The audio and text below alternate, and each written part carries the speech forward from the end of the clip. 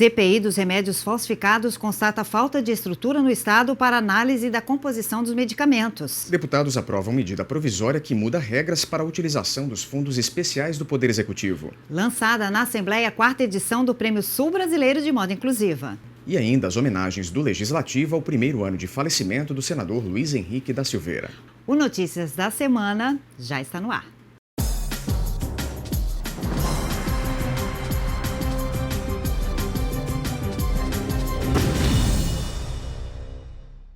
A Comissão Parlamentar de Inquérito que investiga a comercialização de remédios falsificados aqui em Santa Catarina realizou essa semana a primeira sessão de depoimentos. Os parlamentares do colegiado constataram que o Estado não dispõe de estrutura para analisar a composição dos medicamentos. A diretora da Vigilância Sanitária de Santa Catarina, Raquel Bittencourt, foi a primeira a depor. Ela foi convocada pelos parlamentares para colaborar com as investigações, porque os dados da Organização Mundial da Saúde são alarmantes. 20% dos medicamentos em circulação num país em desenvolvimento podem ser falsificados. E aproximadamente 700 mil pessoas morrem por ano em todo o mundo vítimas de medicamentos piratas. De acordo com a farmacêutica, hoje a venda pela internet é a que mais preocupa. Existem sites que não estão hospedados em provedores no exterior e oferecem de tudo, né? Os hormônios anabolizantes, medicamentos para emagrecer, para disfunção erétil, vendem, a pessoa compra, eles não sabem quem é que está comprando, se vai fazer interação com outro medicamento e praticamente esses medicamentos são falsificados ou são cargas roubadas, que põe em risco a saúde de quem está comprando. Mas a situação mais alarmante constatada pelos integrantes da CPI é quanto à falta de estrutura dos serviços públicos estaduais para a realização de análises em laboratório. Hoje, a atribuição do Estado é apenas a análise de alguns medicamentos da rede de atenção básica fornecidos pelo Sistema Único de Saúde. Faltam profissionais, capacitação, equipamentos e até reagentes para a realização do serviço. A carência é nacional, não é só em Santa Catarina, né? Os nossos laboratórios, eles não estão suficientemente equipados, tanto com pessoal quanto com equipamentos, não têm acesso aos insumos no tempo real que a vigilância precisa. É preciso uma política muito séria para laboratórios que fazem o apoio à vigilância sanitária. O outro convocado a depor foi o diretor do LACEN, o Laboratório Central do Estado, Winston Zonkowski. Ele veio acompanhado da gerente de Produtos e Meio Ambiente do LACEN, Eliane Dalcin. E os dois confirmaram a preocupação da vigilância sanitária. De acordo com eles, entre os LACENs instalados nos 27 estados brasileiros, apenas 8, incluindo o catarinense, fazem análises mais completas. E dos medicamentos da rede básica de saúde, o laboratório de Santa Catarina só analisa 3. Quase todo o material destinado à análise vai para laboratórios de referência em outros estados. Hoje, no nosso escopo, nós temos 3 medicamentos que a gente deveria estar realizando junto ao Programa Nacional de Controle de Medicamentos da Anvisa. E também tem um escopo de mais 6 medicamentos que é usado no território de Santa Catarina. Não estão sendo feitos, porque falta insumo e falta o recurso financeiro do governo federal. Os parlamentares ficaram alarmados com as informações. Bom, nós podemos perceber a fragilidade que tem o sistema de saúde para detectar se o medicamento é falsificado ou não. Não há capacidade técnica dos laboratórios públicos de dosar, de verificar se dentro de um determinado remédio, aquilo que está ali dentro é o remédio mesmo ou tem outra coisa. Não há essa capacidade técnica. Essa foi a coisa mais assustadora que se percebeu até agora. Estamos aí falando em falsificação, em contrabando, em falsas manipulações, enfim, né? E quando a parte mais simples, ou seja, a lista dos medicamentos de uma farmácia básica, ela não está sendo averiguada da maneira que deveria estar sendo. Então, isso é uma coisa preocupante e nós iremos, é lógico, tirar as nossas conclusões e oferecer à população e também às autoridades essas nossas preocupações e levar às instâncias cabíveis para que isso possa acontecer. Já na Comissão de Constituição e Justiça, deputados deliberaram sobre o projeto de lei que institui o tratamento favorecido ao microprodutor primário. A matéria de autoria do governo do estado concede benefícios a agricultores familiares, pescadores artesanais e aqueles que trabalham com o turismo rural. De acordo com a Secretaria de Estado da Agricultura, até 180 mil produtores poderão ser beneficiados com o projeto de lei do microprodutor primário. São trabalhadores que atuam na agricultura familiar, no turismo rural e na pesca artesanal, entre outras atividades. As principais mudanças previstas no projeto são o recolhimento diferenciado de ICMS e aumento do teto para o pagamento do imposto. A medida fiscal é uma forma de melhorar a qualidade de vida e manter o homem no campo. O projeto ele recebeu algumas adaptações fruto da audiência pública que realizamos na semana passada. Então a principal dela, eu cito, foi a que mexeu nos valores, né? Aquela que concede o enquadramento, passando de 120 para 360, o faturamento 360 mil ano, o faturamento do microprodutor primário, ou seja, o agricultor, pequeno propriedade rural, e também ampliamos a concessão de incentivo de isenção do ICMS e do IPI de 60 para 120 mil reais, faturamento no ano. Então ele vai ter isenção neste montante.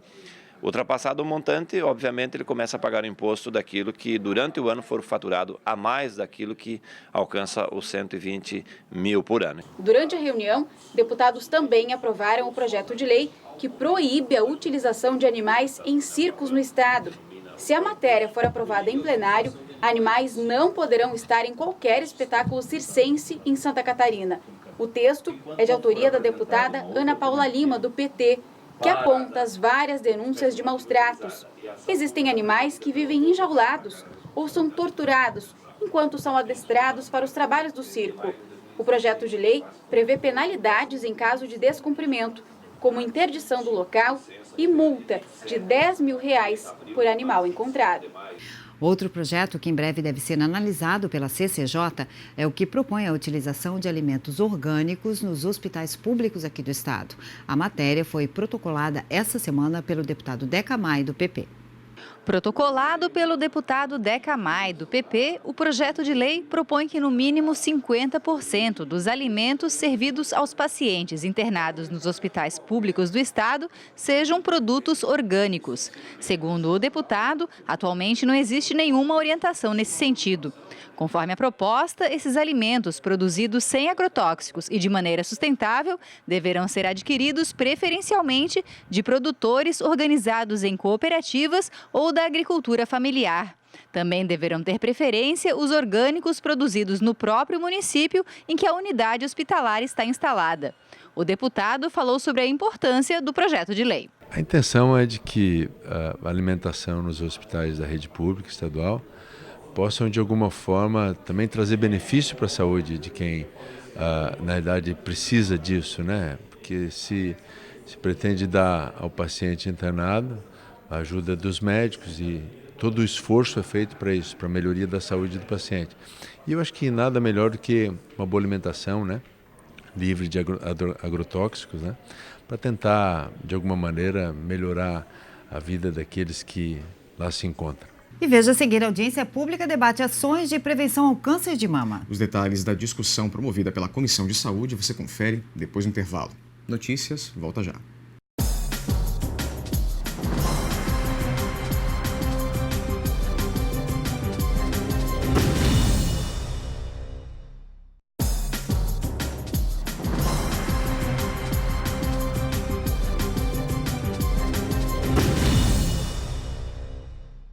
A Comissão de Saúde da Assembleia promoveu esta semana uma audiência pública para discutir ações de prevenção ao câncer de mama.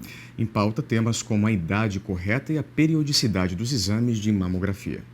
A idade certa para que as mulheres comecem a fazer os exames de rastreamento para a prevenção do câncer de mama e qual a frequência foram os temas discutidos em audiência pública proposta pelo deputado Dr. Vicente, do PSDB, na Assembleia Legislativa. Tornar a Assembleia Legislativa, em especial a Comissão de Saúde da Assembleia, uma voz que vai levar a sua solicitação em relação à faixa etária da obrigatoriedade da mamografia para prevenção de câncer de mama. Essa audiência pública é a reafirmação do Parlamento catarinense, juntamente com entidades governamentais e não governamentais, para que isso seja mudado.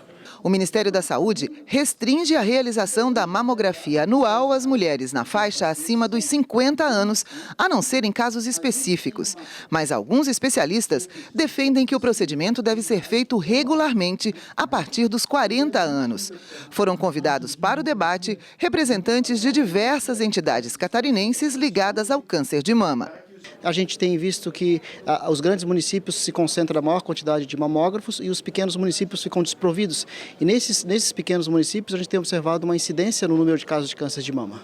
De acordo com o INCA, essa é a principal causa da morte de mulheres em todo o mundo. Aqui em Santa Catarina, os dados revelam que até o final deste ano, pelo menos 28 mil mulheres devem ser diagnosticadas com a doença. Mas a estrutura do estado ainda precisa de melhorias na quantidade e na qualidade do serviço prestado.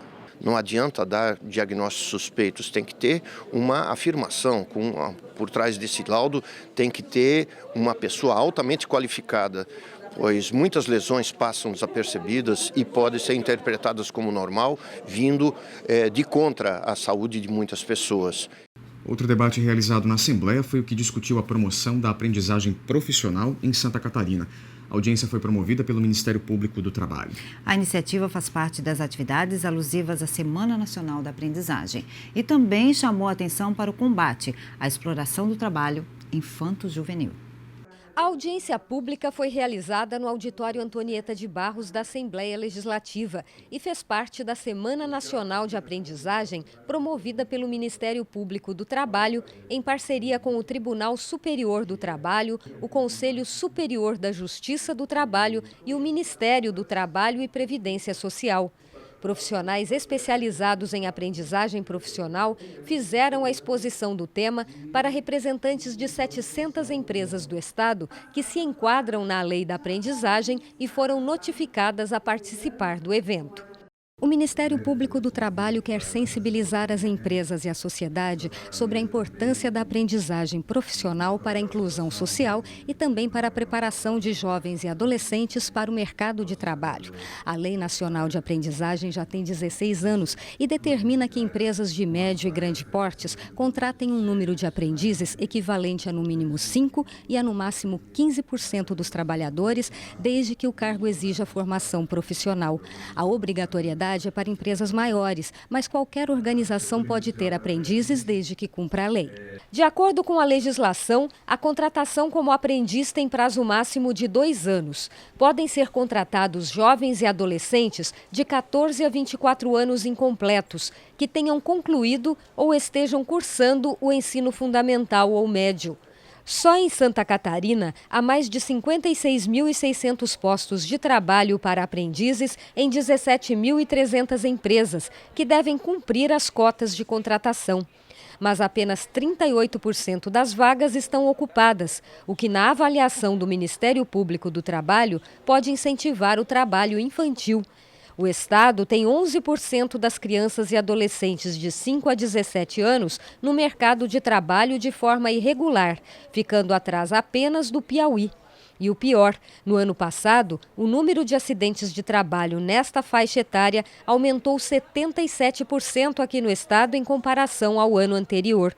A representante do Ministério do Trabalho e Previdência Social, Luciana Sanz de Carvalho, citou o exemplo do município de Palhoça, na Grande Florianópolis, que vem conseguindo mudar uma realidade considerada preocupante. A cidade de Palhoça é a 6ª cidade no Brasil com relação ao trabalho infantil. E aí fomos chamados no ano passado pelo doutor André Fonseca, que é o juiz-presidente do Fórum de Palhoça e também juiz da Vara da Infância e da Juventude para colaborarmos numa ideia que estava sendo criada por eles para que contratassem preferencialmente jovens dessa lista. E ali o doutor André, ele colocou que esse jovem, além de ser assistido pelas instituições onde ele faria a sua capacitação, ele teria que estar obrigatoriamente na escola e ele também seria atendido pelo próprio Poder Judiciário.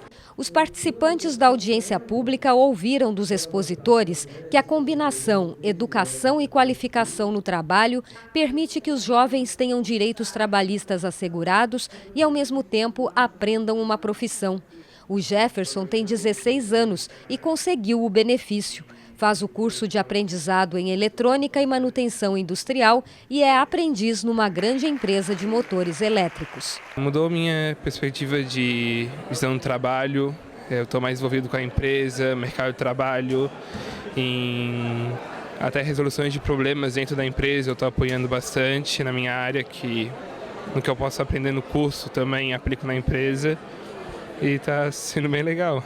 O Leonardo é outro exemplo. Ele já tem 22 anos e preferiu ser aprendiz para ter uma carreira profissional mais garantida. Hoje em dia o curso está sendo bem visto e também é importante para a formação inicial, no caso, né? E esse eu creio que eu vou iniciar muito bem. Digamos que eu estou iniciando, recomeçando e agora eu estou recomeçando do jeito certo. De acordo com o Ministério do Trabalho, em 2014 foram fiscalizadas 439 empresas no país e inseridos sob ação judicial 1.050 aprendizes nas empresas.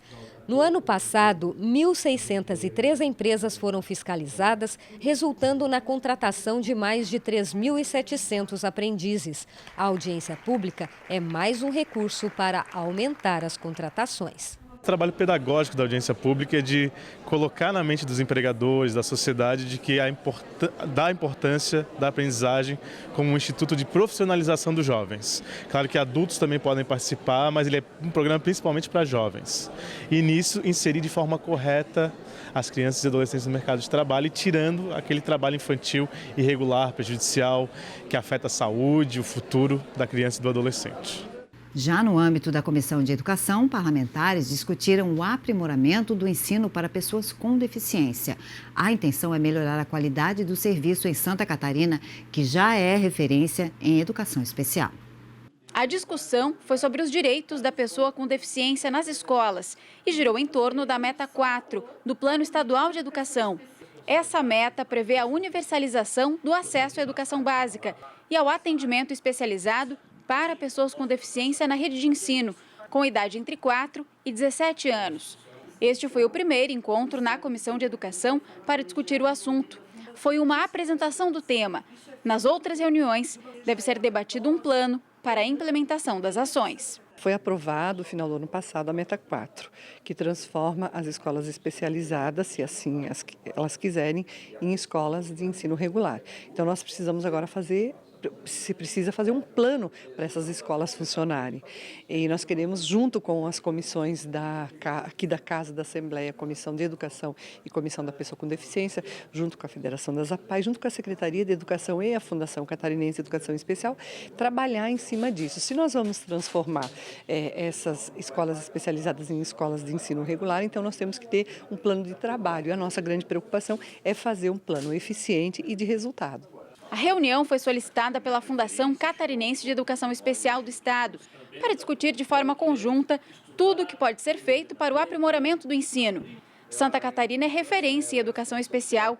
Foi considerado o estado mais inclusivo em 2015, segundo o IBGE, e quer manter essa qualidade. Temos que fazer com que a formação dos professores seja uma das prioridades desse debate, para que tenhamos na formação dos professores o bom desempenho junto aos nossos alunos. Temos também a certeza de que a gestão da educação tem que ser feita de maneira mais eficiente. E é por isso que estamos discutindo a Meta 4. Como é que vamos fazer a educação? Vamos fazer uma escola especial ou não vamos? Ou vamos continuar a inclusão de pessoas especiais no calendário normal da educação?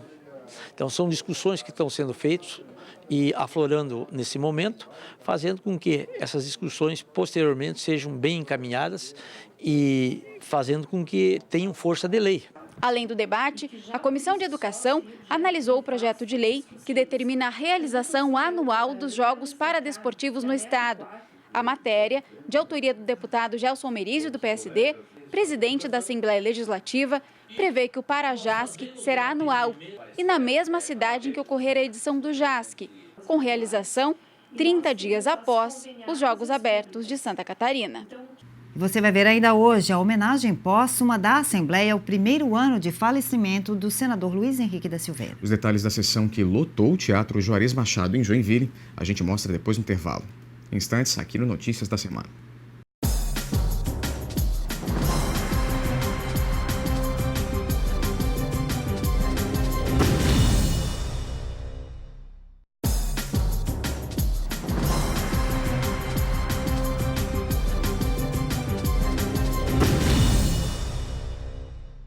A Assembleia sediou essa semana o lançamento de mais um Prêmio Sul Brasileiro de Moda Inclusiva. O evento chega à 4ª edição este ano. Pois é, Cláudia, a abertura da nova etapa aconteceu no plenarinho da Assembleia e teve uma convidada especial homenageada pelo presidente do Legislativo.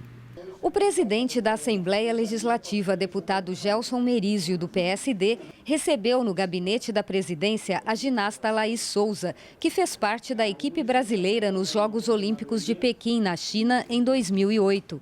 Há 3 anos, ela deixou a ginástica artística e passou a treinar esqui aéreo. Conseguiu vaga para disputar os Jogos Olímpicos de Inverno de 2014. Mas pouco antes, sofreu um acidente durante os treinos nos Estados Unidos, fraturou a coluna cervical e está tetraplégica. Laís recebeu uma homenagem do presidente e, no plenarinho da Assembleia, participou da cerimônia de lançamento da 4ª edição do Prêmio Brasil Sul de Moda Inclusiva. Ela falou aos participantes sobre a importância da moda especial para quem tem deficiência. Eu, por exemplo, uso calça, tá frio pra caramba. Se eu usar 2 calças, eu vou ter a dificuldade de tirar as 2 calças para poder passar uma sonda para fazer xixi, entendeu? Então, é uma das dificuldades. Então, isso aqui é uma forma de botar a boca no trombone e falar realmente que a gente tem necessidade, entendeu? Outro convidado especial foi o paratleta catarinense do remo, Giovanni de Pinho, que está no ranking para as Paralimpíadas do Rio em setembro. Para algumas pessoas, muitas vezes, vai buscar qualquer tipo de material para colocar e não cai bem, não veste bem. E acredito que essa iniciativa é uma iniciativa bacana. O Prêmio Brasil Sul de Moda Inclusiva é uma ação cultural e também um exercício de cidadania. O objetivo principal é provocar na sociedade o debate sobre moda diferenciada e incentivar o surgimento de novas soluções para o vestuário de pessoas com deficiência. A Daniela foi vencedora da primeira edição do prêmio. Ela participou da cerimônia de lançamento do 4º prêmio como convidada e aproveitou para mostrar a diferença que pequenos detalhes do modelo fazem na vida de uma pessoa com deficiência. Inclusive essa ao qual eu estou vestida é apenas uma saia, né? A blusa, ela abre toda em zíper na lateral. Ela tem no punho esses 2 acessórios, são apenas acessórios, só que se eu quiser ir para uma festa, uma balada, enfim, ela tem um velcro aqui e aqui nos 2 punhos, ao qual me possibilita colocar um batom, colocar um dinheiro ou algo parecido do que eu queira levar e sair normalmente para uma festa. Representantes de organizações não governamentais de todo o estado, voltadas a pessoas com deficiência, lotaram o plenarinho para acompanhar o lançamento do Prêmio de Moda Inclusiva. As inscrições abriram nesta quarta-feira. Podem participar estudantes de universidades e escolas técnicas de moda e design de todo o sul do país.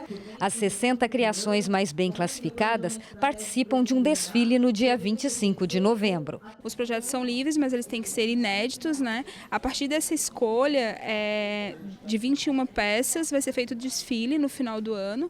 Então, as fichas de inscrições já estão à disposição pelo e-mail scmodainclusiva@gmail.com. e pessoas que já trabalham com moda, sejam elas de cursos técnicos formados ou não, mas que tenham essa sensibilidade em desenvolver essas peças. A Assembleia Legislativa apoia o evento desde a primeira edição. O presidente da Comissão de Defesa dos Direitos da Pessoa com Deficiência, deputado José Ney Ascari, do PSD, participou da cerimônia e falou da importância de iniciativas como esta.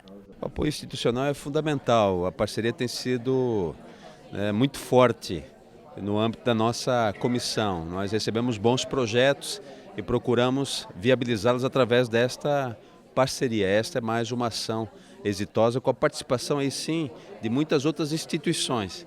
E é um projeto diferente, que vai evidentemente ter o sucesso em função do envolvimento todo que já está desenhado. A edição de hoje encerra com uma homenagem prestada pelo Parlamento ao senador Luiz Henrique da Silveira. Em uma noite emocionante, parentes, amigos e autoridades lembraram a passagem de 1 ano da morte de um dos maiores líderes políticos do Estado. Parentes, amigos e correligionários lotaram o Teatro Juarez Machado, em Joinville, para lembrar a memória de Luiz Henrique da Silveira. A homenagem póstuma foi proposta pela mesa da Assembleia. Primeiro que nós temos na pessoa do Luiz Henrique, talvez o maior político da história de Santa Catarina. Isso dito por seus companheiros partidários, por seus adversários políticos e pelas pessoas que conviveram com ele ao longo dos 40 anos de vida pública. Ele deixou um legado de exemplo, de obstinação, de determinação, de correção, de ética. Enfim, acho que ele faz muita falta. Luiz Henrique da Silveira faleceu em 10 de maio do ano passado, vítima de um infarto aos 75 anos. Desses, mais de 40 foram dedicados à política. A vida pública de Luiz Henrique teve início em 1971, quando ele foi eleito presidente do Diretório Municipal do então MDB de Joinville. A cidade foi a base eleitoral do senador e o ponto de partida de uma longa caminhada política. O senador Luiz Henrique da Silveira deixou não só um legado para a cidade de Joinville, como também o estado de Santa Catarina e ao país, pela sua grande contribuição em áreas específicas da ciência, da tecnologia, do equilíbrio ambiental. Enfim, deixa esse grande legado para o Brasil. Eu acho que é um reconhecimento que ajuda todos nós. Para a gente que conviveu, teve um privilégio imenso de partilhar com ele sentimentos, sonhos, de ver a sua luta, faz um bem enorme. E ele é um exemplo, e quando você torna a sua obra mais conhecida e morredora e reconhece tudo isso, você fortalece princípios, valores, personalidade, e isso é um exemplo para a gente. De lá para cá, a trajetória de Luiz Henrique da Silveira foi marcada por uma sucessão de vitórias. Desde que concorreu às eleições de 1973, não parou mais. Foi 3 vezes prefeito de Joinville, deputado estadual, 4 vezes deputado federal e 2 vezes o governador de Santa Catarina. Nas eleições de 2011, concorreu e garantiu uma vaga no Senado Federal, onde permaneceria até 2019. Foi o último mandato de Luiz Henrique da Silveira, que dedicou a vida inteira às causas defendidas pelo PMDB. As conquistas do catarinense, que se tornou um dos maiores homens públicos do Estado, foram lembradas durante a sessão. A cada pronunciamento, o respeito e a admiração daqueles que acompanharam de perto a paixão com que Luiz Henrique sempre se dedicou à política. O MDB de Santa Catarina cresceu muito a partir desse entendimento, a partir dessa reverência que fazemos à imagem e à figura do Luiz Henrique. Nós devemos muito a ele, ao que ele fez. Talvez, certamente, nunca vamos poder pagar essa dívida. Ele deixa um legado de realizações e é bom que nós lembremos essa história do Luiz Henrique. As pessoas que ajudaram a construir essa grande e bela Santa Catarina têm que ser reverenciados e lembrados. Luiz Henrique foi um grande exemplo. A viúva Ivete Apel da Silveira recebeu in memoriam a homenagem dos parlamentares ao senador. Emocionada, lembrou a dedicação do marido. Não há palavras que exprimam, que a gente possa expressar a ausência, a saudade, aqueles momentos em que ele chegava em casa assobiando ou cantando, a falta daquele abraço, a falta das palavras dele, do carinho dele. Não tem palavras que eu possa dizer. O filho do casal, Cláudio da Silveira, lembrou durante a sessão a figura de um Luiz Henrique que só os mais próximos conheciam, a do amigo, companheiro, pai e avô, e destacou a dedicação integral do grande líder ao fortalecimento de Santa Catarina. Gostaria de falar um pouco sobre o Luiz Henrique da Silveira, pai, esposo, avô e amigo. Gostaria de falar um pouco da sua vida por trás do grande político que foi. Extremamente amoroso e sensível. Gostava de ler, escrever, de ouvir música, praticar exercícios físicos e, principalmente, de estar com a família. Durante a sessão foi lançado o livro Luiz Henrique da Silveira, Transformando Sonhos em Realidade, escrito pelo jornalista Moacir Pereira. Com 296 páginas, a obra resgata a trajetória do senador, apoiada em algumas das entrevistas feitas pelo autor nas mais de 4 décadas de vida pública de Luiz Henrique. A publicação conta ainda com depoimentos de lideranças políticas, assessores, amigos e familiares que ajudaram a imortalizar a memória do senador. Senadores de todos os partidos políticos enfatizaram o caráter exemplar do senador Luiz Henrique, a sua integridade, a sua honestidade, a sua cultura, a sua memória, o seu espírito público, entendeu? E todos eles também, consensualmente, manifestaram o desejo de que era imprescindível que a memória dele fosse preservada. A noite de homenagens terminou com a apresentação de bailarinos da Escola do Teatro Bolshoi no Brasil, a única do balé fora da Rússia. A vinda da escola para Santa Catarina 16 anos atrás foi uma das várias realizações de Luiz Henrique, um grande apaixonado pela arte. O corpo da escola conta hoje com mais de 230 crianças e jovens que encantam plateias nos palcos onde se apresentam e fazem de cada espetáculo uma homenagem ao grande responsável por esse legado.